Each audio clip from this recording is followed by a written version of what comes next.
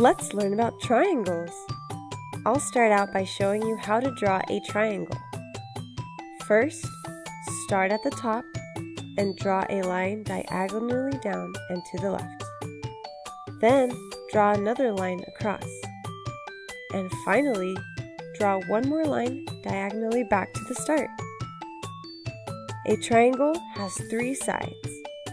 1, 2, 3.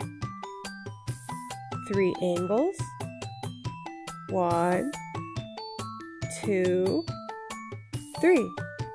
And also 3 points. 1, 2, and 3. Triangle shapes are all around us. Can you think of anything that has a triangle shape?